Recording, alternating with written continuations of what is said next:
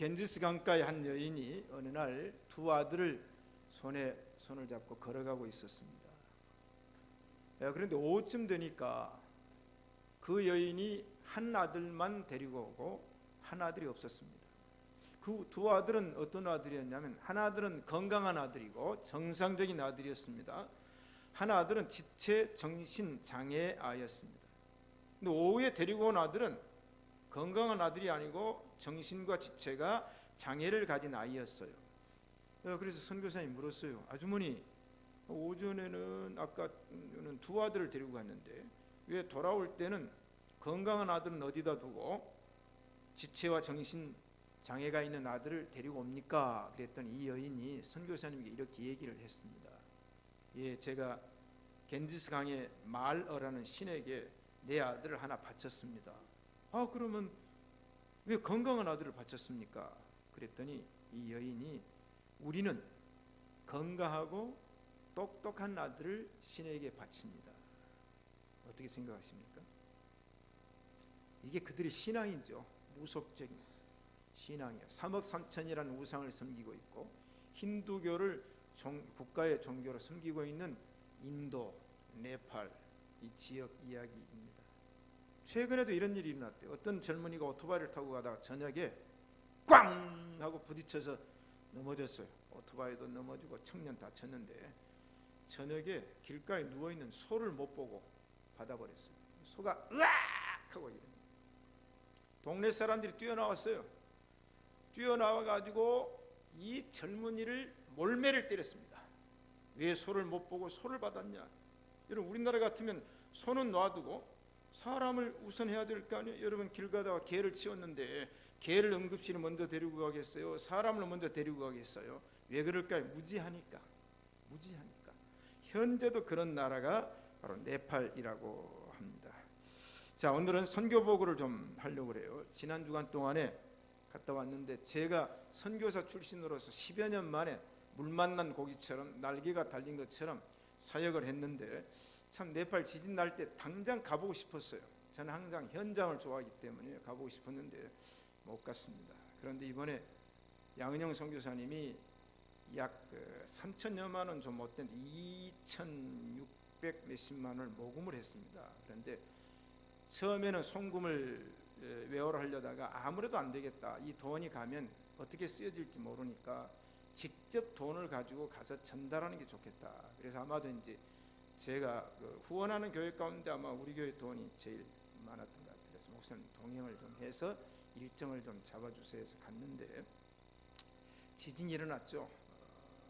카트만두하고 포카라 지역에 지진이 일어났는데 7.9의 지진이 25일 날 일어났다. 그 다음에 6.7의 여진이 일어나서 나라가 이제 아주 폭삭 내려앉는 그런 현장이었는데 가보았습니다. 많은 분들이 지금도 오고 있습니다.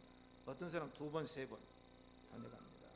지지난 주일은 어떤 그 임모 목사님하고 동평양로의 박모 목사님과 김 목사님 세 분이 올해를 갔다가 주일을 그냥 카트만두 쉬고 올해를 오셨더라고요.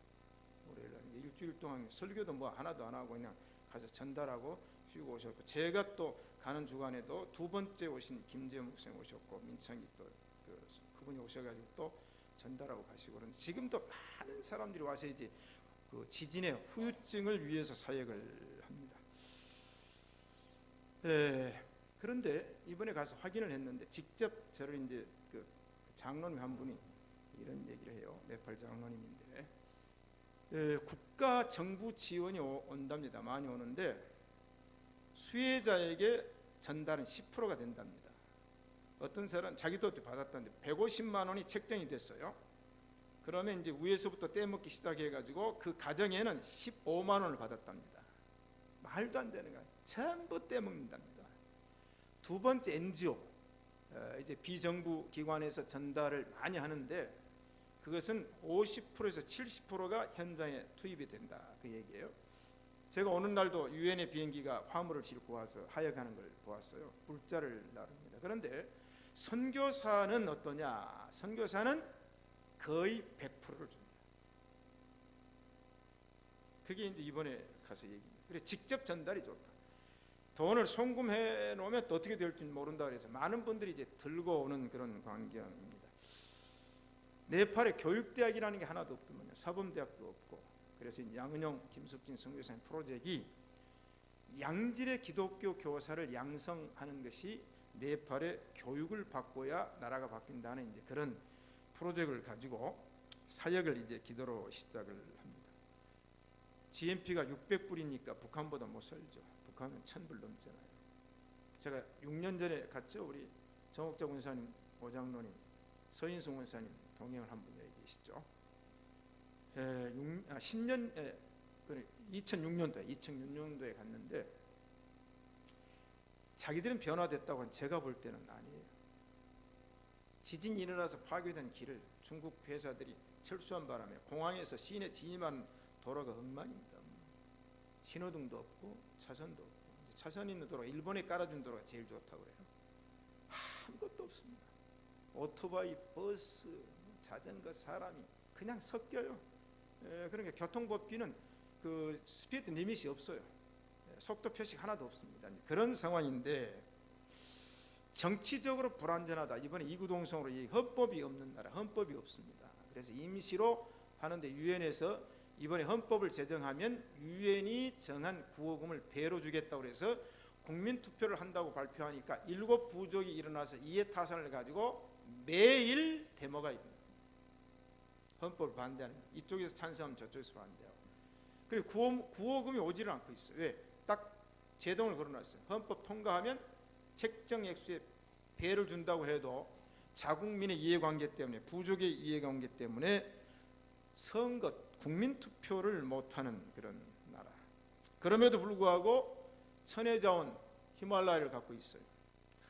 저는 이번에는 관광 차원은 한 번도 못했고 일정이 얼마나 타이트했던지 거기는 히말라야도 보지도 못했어요. 그냥 구름 가려 못 보지만은 관광객이 일철 끊어졌습니다. 10분의 1도 안 오는 지진 이후에 경제가 말로 할 수 없는 나라입니다. 그런데 뭐라고 얘기하느냐, 목사님, 네팔은 선교 황금기입니다. 왜? 지진 이후에 신이고 나발이고 우상이고 이제는 못 믿겠다. 그래서 말뚝만 박으면 교회가 이루어집니다. 주일 학생들이 몰려오고 신을 버리고 몰려오는데 전 세계의 기독교 증가의 속도가 중국을 앞섰습니다. 중국을 이제 인구 밀도, 왜? 그냥 개척교회만 하면 온다는 거예요, 애들이. 자, 여러분, 제가 왜 네팔을 기도하게 됐을까? 제가 선교사 출신으로서 많은 고민과 많은 기도를 했습니다. 제가 이제 일정을 잠깐 말씀드리면, 제가 10년 만에 날개를 달았고 물을 만난 것 같습니다. 물론 이제 13년에 제가 남미도 갔지만, 남미는 이제 헌당식을 위해서 갔고 올바살운동 MOU 체결을 위해서 갔기 때문에 그때는 사역을 하고 비행기를 많이 탔지만, 이번에는 정말로 제가요 선교사 출신으로서 선교제 가서 날개를 달았는데, 전주에서 4시 40분 리무진을 타고 네팔 카트만두에 24시간이 넘어서 도착을 했습니다. 그러면 대한항공 타면 5시간 반 40분 도착을 해요. 그런데 이번에는 하나님이 저희를 돌렸어요. 돌려가지고 뺑뺑 돌려서 24시간 넘어서 도착을 해서 호텔은 못 가고, 호텔은 히말라야 호텔, 그 다음에 힐튼 호텔이라는 호텔이 2개가 있습니다. 거기는 비싸잖아요. 그래서 게스트하우스에 들어가서 전화기도 없고 텔레비전도 없고 처음에 간 인터넷도 안 되고 완전히 두절돼 가지고 있다가 나중에 이제 겨우 인터넷, 오늘 사진 보여드리겠지만 이 사진을 다운받는데, 한 장을 다운받는데 인터넷 네팔에서 20분 걸렸습니다. 제가 밤새 사진을 찍고, 이게 또 날아가 버렸어요. 2번째 작업을 했는데 또 그게 날아갔어요. 그래서 한국 와가지고 도착을 해서 오자마자 책상에 앉아가지고 사진을 하는데, 아따, 한국 인터넷 짱이에요. 한 장을 봤는데요, 줄로 돼요. 줄로 이렇게 속이 터져가지고 제가 잠도 못 자고 했는데 2번을 날렸다니까요. 그래가지고 이제 메일을 송고를 했더니 또 사진이 다 지워져 버렸어요. 무엇이 문제인지, 제 노트북이 문제인지 뭔지는 모르겠어요. 지금 굉장히 많은 시간을 소모했는데, 올 때도 24시간이 넘게 이제 전주에 도착했는데 제 발이 지금도 부어 있습니다. 신을 아침에 못 신겠더라고요. 보통 비행기 타면 줄어드는데 어제 바로 올렸는데도 이 부은 게 안 빠져서 지금 좀 낫네요. 지금 좀 낫는데 이 권사님이 저보고 목사님 많이 탔네요 그렇게 얘기하시는데, 자, 이런 사역인데 참 이제 여러분들이 이제 선교가 뭔가를 알아야 되는데요. 이 선교사는 선교가 재밌습니다. 고생이 돼도. 도착을 해도 그 다음 날 선교사들 임원들과 그 센터의 임원들이 이제 목사님 오시면 오찬을 같이 이제 내가 하자고 그랬어요. 그랬더니 28명 제 안에까지 30명이 나왔어요. 목사님들이 다녀가도 안 만난답니다. 그냥 왔다가 자기 선교사 만나고 가버리지. 근데 저는 선교사이기 때문에 가는 곳마다 제가 이제 식사 대접을 합니다. 매번 합니다. 지난번도 인도네시아 휴가 가가지고 제가 간다니까 그 지역 선교사 다 모였어요. 다 모여가지고 이제 밥을 샀는데 그 인도네시아 다르더라고. 그런데 제가 이제 예산을 딱 짜가지고 갔어요. 그런데 점심을 먹고 나서 점심을 뭐 먹냐? 그는 소고기는 안 먹으니까 돼지고기를 좋아해. 삼겹살하고 목살을 먹겠다고 그래요. 한 사람이 7불 50이고 그 다음에 된장찌개 냉면 시키면 한 10불 정도 이제 되는 식사를 이제 대접을 하는데, 쟤한테 물어보지도 않고 딱 들어가서 했더니 한 분이 오늘 김 목사님이 점심을 사신다고 하니까 우리 선교사님들 지진으로 인해서 수고 많이 하셨죠? 한 번도 그렇게 먹어본 적이 없대요. 밥을 사준 사람이 없어요. 그러니까 자기 사역만 하고 가는 게 오늘은 마음껏 잡수세요. 나한테 물어보지도 않고 선포를 해버려. 식당 주인이 예 알았습니다. 고기는 준비 다 해놨으니까 드세요. 한 상에 많이 간 데는 4인분이 갔습니다. 와, 저는요 속으로 솔직히 말해서 돈이 얼마나 나올라나. 그런데 고기만 104인분을 먹었고요. 그 다음에 된장찌개, 김치찌개를 20인분이 갖고 냉면이 4인분. 제가 영수증 안 보는 저한테 보여주더라고. 돈이 1,000불이 나왔어요. 1,000불이 나더라고 저한테. 그런데 저한테 보고를 안 하고 양은영 선교사가 막 왔다 갔다 해요. 그러더니 뭐라고 막 또 누구를 끌어내요. 그러든지 해결이 된 줄 알고 나왔더니 목사님 고기 104인분에다가 된장찌개 10인 4사람 먹는 거예요. 그 다음에 이제 뭐 해서 돈이 1,000불 이상이 나왔는데 자기도 영수증으로 깜짝 놀래가지고 이분 장로는 권사님인데 막 봉사한다 그러는데 그래서 그 목사님 한 분을 불러가지고 깎아달라고 그랬대요. 깎아달라고 500불로 깎았어요. 제가 인생을 살면서 식당 가서 밥값 깎은 것이 처음이에요. 내가 깎은 게 아니고 깎으니 장로님 권사님이 자기들도 선교사님이 먹어자치니까 너무 좋아가지고 막 갖다 준 거예요. 물어보지도 않고. 그런 해프닝이 있었어요. 감사하죠. 아침부터 저녁까지 사역을 했는데 제 일정이 새벽 4시에 일어나서 저녁까지 뛰었습니다. 왜냐하면 제가 가니까 사방돼서 저를 요청을 했는데 다 못 갔어요.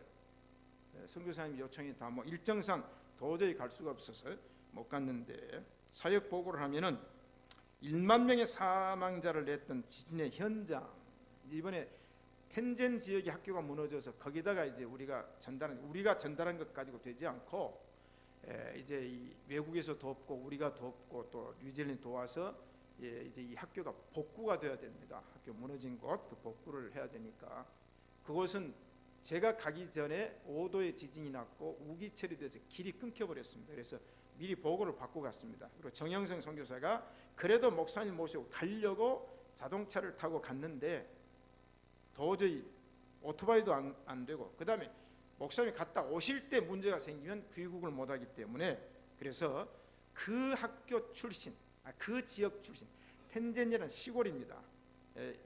카트만두에서 가려면 10시간 내지 12시간을 자동차로 타고 가야 되는데 거리는 한 500km, 400 몇 킬로인데 그런 지역이 있는데 못 가고 이제 디렉터와 그 지역 출신이 성공을 했어요. 그분을 만났는데 좀 사진을 한번 보여주기 시작하세요. 무너졌던 현장. 그 다음에 그 다음 사진 보세요. 우리 정옥자 권사님하고 서인승 권사님은 기억을 하실 겁니다. 2006년도에 가장 중앙에 저 탑이 있는데 이 탑에 토요일 날 지진 나기 전에 165명이 올라갔는데 다른 건 안 무너지고 저 탑만 무너져서 165명이 몰살을 해버린 탑이 바로 저 탑입니다. 그 다음 사진은 정옥자 권사님, 오병주 장로님, 선윤승 권사님 제 아내하고 이제 박대풀이라고 하는 유네스코에 등장된 사원인데, 저 사원 이제 정옥자 권사님 사진 보면 기억하실 겁니다. 저 사원에 가서 그래요. 선윤승 권사님 사진 찍었거든요. 기념사진. 여기 분만 다 있으면 내가 사진 비춰줄 때, 저쪽 동네 사람들이 있어가지고 제가 사진 안 비춰주는데 보세요. 저 사원이 유네스코에 등재된 그 이제 하나의 타운인데 저것만 무너졌어요. 저것만. 저 탑이 없어져 버렸잖아요. 그런데 거기에 죽은 사람들, 그 죽은 사람들을 현수막에다가 사진을 붙여놨어요. 저기에서 저렇게 많이 죽었어요. 우리가 이제 그 앞에서 기념사진을 찍자고 찍었는데 저 웃는 게 저한테 지금도 걸려서 저걸 보여줄까 말까 하다가 그 다음에 복구 지원을 하게 됐는데, 텐젠 학교의 교장이 아니고 이제 디렉터인데, 원래는 교장이 오기로 되어 있었습니다. 제가 못 가니까 교장이 비행기를 타고 오면 비행기가 500불이래요. 비행기 500불인데 이제 오토바이를 타고라도 온다고 못 오고, 이제 아까 말했던 이 출신, 그 학교 출신 간증을 제가 들었는데 굉장히 은혜를 받았습니다. 저분에게 전달을 하는데 5,000불, 우리는 5,000불이고 이제 뉴질랜드 교회까지 10,000불을 전달을 하는데, 저거 끝나고 난 다음에 현금을 또 주더라고요. 근데 10,000불이 그 나라 최고액 지폐로 이 정도 됩니다. 그걸 이제 회계 담당자에게 직접 전달하고, 이 돈에 쓰여진 것은 영수증으로 일일이 컨트롤을 하기. 10원 한 장도 다르게. 이게 바로 이제 선교의 정석입니다. 정석. 그 다음에 이제 현장을 방문했는데, 이게 이제 뭐냐면요, 이 정영성 선교사가 하는 사역인데요. 여기도 5,000불 이제 전달을 한 건데, 지진으로 집을 잃어버린 사람들이 갈 곳이 없으니까 지금 네팔은 집값이 폭등을 해가지고 길거리에 살게 되고 천막을 치고 살게, 유엔들이 만들어준 천막을 사니까 안 되니까 함석과 철근으로 이제 이 사람들이 집을 짓는 사역을 한. 지난번에는 콘서트 동그란 건데 그건 너무 더워가지고 이제 변종을 해가지고 지은데, 이 사람들은 한 방에 한 가족, 그러니까 가족이 8명도 한 방, 6명도 한 방씩 주는 겁니다. 이걸 지켜야 되는 게 신형도시인데, 아까 말한 것처럼 교회 간판만 걸면 오는 거예요 지금. 그러니까 그 옆에다가 교회 하나를 짓고 유치원을 이제 짓습니다. 여기다가 이제 후원을 또 하는 겁니다. 아까 집도 하고 여기다가 후원하는데, 이 사람이 누구냐면 박더풀이라고 하는 그 지역의 주목 출신입니다. 그리고 고아입니다. 아버지가 재혼하면서 내 아이를 버려서 길거리에서 먹고 생존했는데 한국 선교사에게 전도를 받고 회심을 했어요. 그래서 이 학생이 공부를 해가지고 신학교를 졸업해서 목사 안수를 받았는데 성깔이 개 같아가지고 선교사한테도 대드는데 막 싸운대. 둘이 선교사하고 성질이 불같은. 그런데 사역은 너무 잘하고, 그래서 교회를 지으면 저 교회와 이제 유치원을 이 사람 장가 갔어요. 장가 맡겨가지고 하겠다는 그런 얘기를 받았습니다. 또 하나 이제 고아원을 방문을 했는데, 이 고아원이 아니고요, 이건 카투만두 제2공립학교입니다. 가장 오래된 공립학교가 2개가 있는데 하나도 공립학교가 못 씁니다. 이게 두 번째 제2공립학교인데, 이 학교도 완전히 건물이 150년, 200년 건물이 못 써요. 그래서 이제 중국에서 대나무로 임시 교실을 지어줬고, 그 다음에 9억이라는 돈을 인도 한 회사가 이 학교를 다시 지어주겠다는 약속을 받았는데, 이 학교를 왜 갔냐면 저 교장이 태권도가 6단입니다. 그리고 한국 국기원의 국제심판 공인증을 가지고 있어요. 한국을 너무 좋아하는 거예요.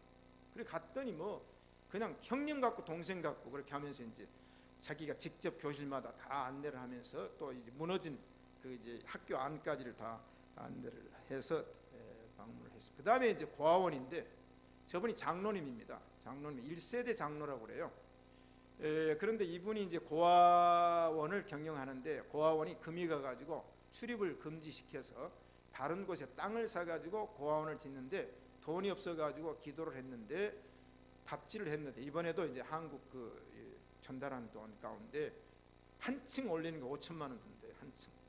그래서 이제 한 층을 담당, 5층 건물을 지어야 돼요. 그런데 한 층을 이제 담당하는 그런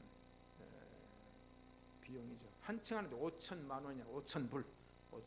그런 과정입니다. 그 다음에 이제 선교사님들이 지진을 당하고 트라우마에 와 있어요. 많은 선교사들이 지진 사역 끝나 한국 귀국을 해 있습니다. 이 얘기들 사모님이 그냥 정신적으로 혼란이 돼가지고 책도 못 들고 밥도 못 먹고 그 현장에 정신적으로 충격이 왔는데, 제가 사흘 동안 새벽에 이제 낮에와 저녁에는 사역을 해야 되니까 아침 새벽 집회를 해달라고 그래요. 특별 집회를. 처음으로 일어난 집회인데 5시 반부터 7시까지 저보고 강의를 하고 7시부터 8시까지 아침을 먹고 이제 사역지로 가는 그런 일을 해달라고 그래서 가서 했는데, 200명의 선교사 가운데 한 많이 모일 때는 한 90명, 80명 모여가지고 말씀 듣고 재충전을 했어요. 하나님 나를 왜 네팔을 보내셨을까 생각했는데, 이게 굉장히 큰 사역이었습니다. 선교사들 멘붕 상태입니다. 기억력이 없어지고, 어떤 사람 조금 전에 일을 잃어버리고, 젊은 선교사들이 사모님들은 완전히 지금 많이 들어와 치유하기 위해서. 그래서 네팔은 건물과 돈을 주는 것도 중요하지만 그 특별히 어른보다 어린아이들의 정신적인 혼란이 와가지고, 그래서 이 트라우마 치유 사역이 필요하다는 걸 양용영 선교사님이 얘기했는데, 이번에 이제 선교사님들에게는 트라우마 치유의 역사가 일어났습니다. 갔더니 또 신학교가 7개가 있는데, 이 신학교에서 저를 다 초청을 했습니다. 근데 가기 전에 스케줄이 짜여진 신학교만 갔고 나머지는 못 갔습니다. 못 갔는데, 이 신학교가 네팔 장로교 신학대학입니다. 여기는 수능을 본 사람만이 들어와야 되는데 한 70명 모이는데, 이곳에 이제 채플 설교를 했고, 그 다음에 이곳에 지진당하는 학생들의 후원금을 또 5,000불 이제 양은영 선교사가 전달을 했는데, 학장입니다. 학장인데 전달을 했고, 이분 사모님 지금 한국 들어와 있어요. 혼자 있습니다. 이분 사모님 트라우마로 해서 이제 한국에서 치유받기 위해서 지금 들어와 있습니다. 학교 앞에서 이제 기념 촬영한 겁니다. 두 번째 학교는 바울신학교라고, 주로 산족과 산에 사는 학생들, 전혀 문명의 혜택을 받지 못하는 학생들을 데려다가 이분 사모님이 남원 분이고, 이분 목사님은 고창 부안 분이더라고요. 근데 이분들은 100% 이 사관학교식이죠. 교복 주고 먹여주고 재워주고 하는데, 여기서 이제 특강을 해달라고 해서 특강을 했습니다. 세 번째 학교가 감리교 신학교입니다. 셰플에서 이제 설교를 했는데, 이 학교가 이번에 지진 피해를 받아가지고 5층은 무너져 버리고 5층 건물이 전부 금이 가서 이제 빔 철근으로 세우는데, 철근 하나를 한 층에 세우는데 1,000불. 그래서 한 3억 정도의 이제 복구비가 필요한 학교였습니다. 남자 여자는 절대로 같이 앉지 못합니다. 네팔은 따로 앉아야 되고, 그다음에 내가 쳐다보게 했더니 그 학장이 그 네팔 사람이거든요. 목사님, 우리 학교는 쳐다보게 하면 안 됩니다. 또 그러더라고. 나는 연애질 좀 하라고 하려고 한 줄 알고 깜짝 놀랐는데, 이 학교는 지금 복구를 하는데 참 제가 은혜를 받았어요. 한국의 선교사님의 사모님의 할아버지가 돌아가셨어요. 그런데 지진이 나서 학교를 복구해야 된다, 돈이 없다 그러니까 그 할아버지 장례식의 조의금, 경비를 제외한 모든 조의금을 형제간들이 갖지 않고, 보통 이제 갖지 않아요. 이렇게 경비 제하고 남으면 이제 조의금 들어온 거 계산하여 갔는데, 그 할아버지 장례식에서 결의를 했답니다. 이번 장례의 조의금은 한 푼도 개인이 갖지 말고 전액을 후원하자. 그래서 이제 그 돈 가지고 지금 이제 1,000불씩 빔 하나 세우는데, 한 층 세우는데 1,000불에 한 3억 정도 돈이 들어간 학교를 방문을 했고요. 그 다음에 내비게이터 선교사님이 언어 훈련 학교를 합니다. 제가 이제 그곳에 가서 오전 시간을 또 보내면서 얘기를 했는데, 이것은 매년 한국 언어 토플을 6만 명 정도가 응시를 한답니다. 그런데 합격률이 17% 뭐 20% 정도 된대요. 근데 이 학교가 정부 공인으로서 가장 한국어 토플 합격자를 많이 내는 그런 학교였습니다. 자, 네팔 지진 이후에 한 가지가 뭐냐? 네팔 선교사들의 공동체가 하나가 됐다는 겁니다. 그 이전에도 그랬지만, 그래서 공동 사역을 하는데 선교사들의 개인 모금과를 합하면, 제가 보고를 받았는데 약 300억 정도가 이번에 한국 선교사들을 통해서 네팔 현지에 후원 복구비로 지원됐다, 그렇게 보고를 합니다. 한국교회 능력 있죠? 예? 없어요? 약 300억 정도가 한국 선교사 커미티를 통해서 네팔 복구에 지원된 돈이 그 정도 됩니다. 그러나 이보다 더 될 수도 있고 앞으로 더 투자가 돼야 된다는 얘기죠. 자, 어떻든 저는 산에 가 있는 기분으로 기도 많이 했습니다. 9월 9일 1시 10분, 9월 9일 1시 10분, 9월 9일 1시 10분, 9월 9일 1시 10분, 9월 9일 1시 10분. 저녁에 잠을 자는데 그 해발 1300m거든요. 그래서 이제 내가 100번 외우자. 100번. 9월 9일 1시 10분, 9월 9일 1시 10분, 9월 9일 1시 10분. 한국서도 그렇게 비행기 타고 했는데 무슨 얘기인지 모르는 분들은 나중에 방언으로 통역을 받으시기 바랍니다. 자, 지진 후에 들리는 세미한 하나님의 음성이라. 우리는 하나님의 음성에 귀를 기울여야 됩니다. 말씀으로 하실 때 귀를 기울여야 되고, 우리가 기도할 때 들려준 음성에 귀를 기울여야 되고, 환경을 통해서 인도하는 데 귀를 기울여야 됩니다. 그런데 엘리야가 지진을 만났어. 첫째 얘기는 엘리야가 왜 지진을 만났냐 보세요. 엘리야가 바알과 아세라 목상의 선지자들과 갈멜 산상에서 불대결을 했습니다. 그러면 선지자들 다 죽여버렸어요. 엘리야가 기손강에서. 그래 승리한 거 아닙니까? 승리했어요. 그런데 호사다마라고 엘리야가 승리하고 나니까 모든 상황이 끝난 줄 알았어요. 왜? 승리했으니까.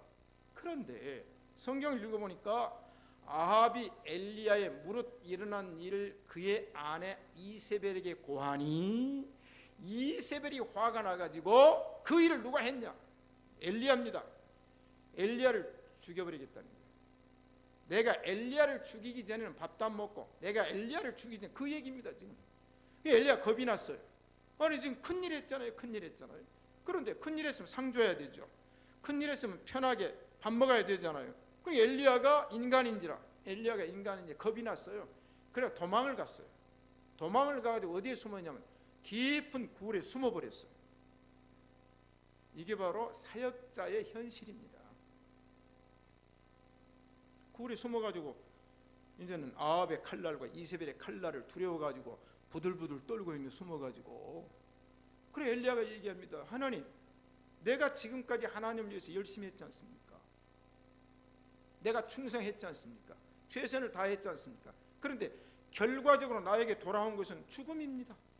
그러니 이세벨이 나를 죽이기 전에 내가 자살은 할 수가 없고, 여러분 이 사역자의 심경 트라우마 굉장히 심한 걸 알아야 됩니다. 멘붕. 그러니까 여러분 그런 일을 주지 마세요. 그러니 엘리야가 자살은 할 수가 없고 이제는 내 생명이 족하니 단식과 금식 투쟁을 하는 거예요. 내 이제 말라 죽겠습니다. 그 얘기예요. 그 얘기입니다.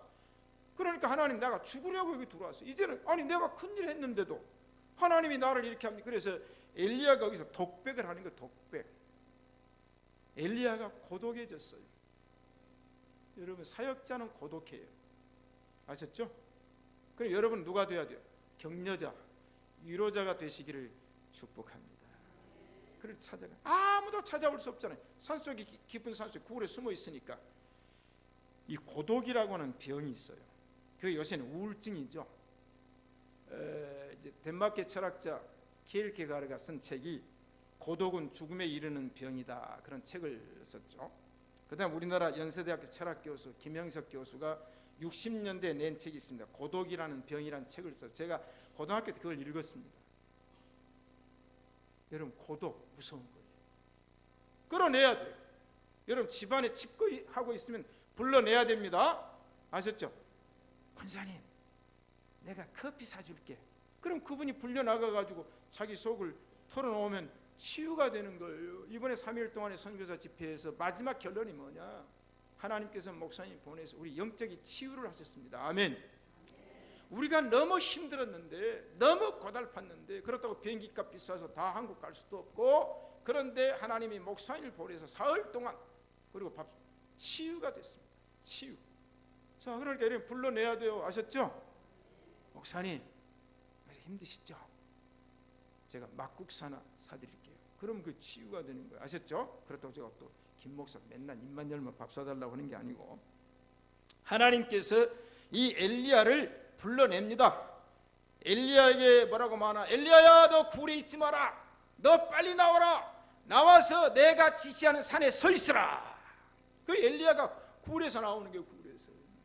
물론 굴에 있을 때 하나님께서 천사를 보내가지고 떡과 물과 그걸 보내줬죠. 또 숯불을 피워놓고, 왜 굴이 추우니까. 사람들은 엘리야를 못 찾아갔지만 여호와께서 천사를 찾아가서 이제 2번 먹잖아요. 물을 마셔 힘을 얻잖아요. 근데 엘리야가 밖에 나와서 섰어요. 엘리야 나와라, 나와라. 섰는데 하나님이 나타나셔야 되잖아요. 그런데 처음에 보니까 강한 바람이 휘 하고 지나가는데, 바람이 얼마나 센지 막 바위가 터지고 나무가 넘어지는 태풍이 지나가는데, 태풍 속에 하나님이 나타날 줄 알았더니 아무 소리도 없습니다. 그 다음에 바람 이후에, 강한 바람 이후에 지진이 일어났어요. 지진이 일어나게 온 지축을 흔들려 버리는데, 그러면 하나님께 지진 속에서 나타날 줄 알았는데, 지진이 지나간 다음에도 하나님은 나타나지 않았고 아무 소리도 없었어요. 그 다음에 불이 큰 불이 지나갑니다. 그런데 그 불 후에 세미한 소리가 엘리야에게 임하니라. 여러분, 하나님의 사역의 역사는 다양합니다. 때로는 큰 소리 할 수도 있지만 때로는 조용하게 내 마음에서 속삭이시는 하나님의 음성을 엘리야가 들었습니다. 그러니까 하나님 만났잖아요.